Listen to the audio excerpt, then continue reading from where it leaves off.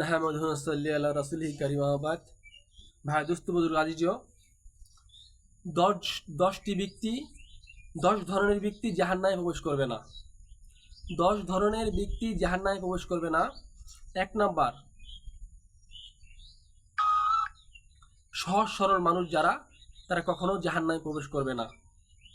একাত্মবাদের সাক্ষ্যদাতা, একাত্মবাদের সাক্ষ্য যারা দিবে তারা কখনো জাহান্নামে প্রবেশ করবে না।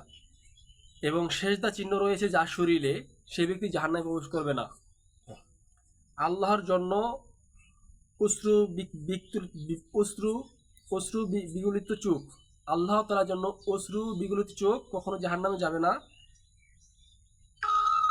এবং যার সন্তান মারা যায়,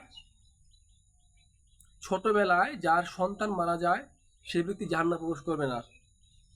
যারা জোহরের সুন্নত নামাজের প্রতি যত্নশীল, সে ব্যক্তি জাহান্নামে যাবে না। সূর্য উদয় ও সূর্য অস্তের আগে যারা ইশরাকের নামাজ আদায় করে, সে ব্যক্তি জাহান্নামে যাবে না। যে অন্যের ইজ্জত বজায় রাখে, যে ব্যক্তি অন্যের মান ইজ্জত বজায় রাখে, সে ব্যক্তি জাহান্নামে প্রবেশ করবে না। যে ব্যক্তি 2 ঠান্ডা নামাজ পড়ে, মানে যে ব্যক্তি তাহাজ্জুদে নামাজ পড়ে, সে ব্যক্তি জাহান্নামে যাবে না। এবং যে ব্যক্তি ফজর ও আসরের নামাজ আদায় করে, সে ব্যক্তি কখনো জাহান্নামে প্রবেশ করবে না।